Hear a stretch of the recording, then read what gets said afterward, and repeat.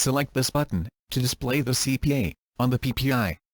A red X with CPA XX target number is displayed on the PPI.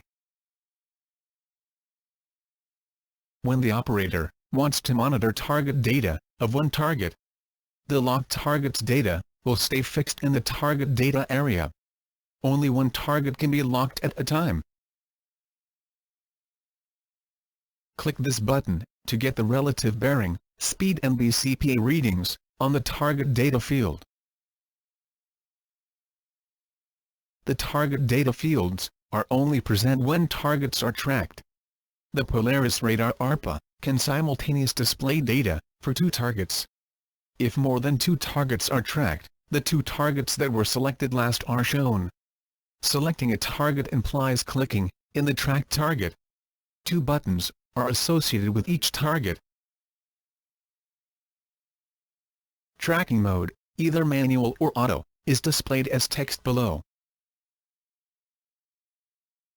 Warnings, for example, within CPA limit or lost target, are displayed in yellow flashing text at the bottom at target data area.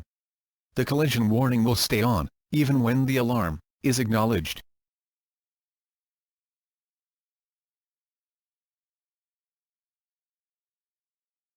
This menu is only available when the Arpa function is enabled.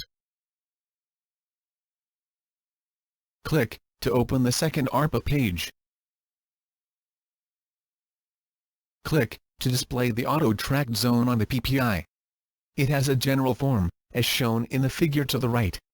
Use the pointing device to adjust the distances from the center to the various borders by scrolling up or down with the minus and plus buttons. The auto-tracked zone has the following borders: forward, starboard, port, minimum track range, stern blind sector.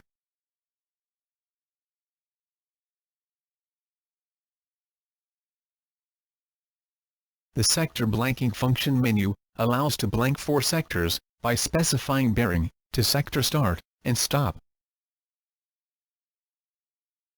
The activation of the true button orients the sectors to north up.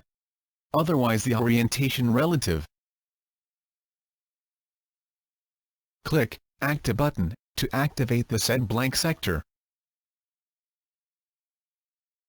The sector start and stop angles are adjusted directly by entering the numerical values from the keyboard in the selected fields.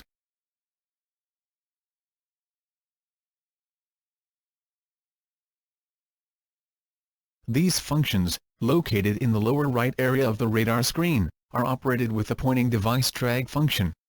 In addition, there are buttons to be operated, either by press and hold, or as on-off selections. The gains can be adjusted from 0 to 100%. The more gain, the more radar signals are presented on the PPI. Tuning can be set between 0 to 100%.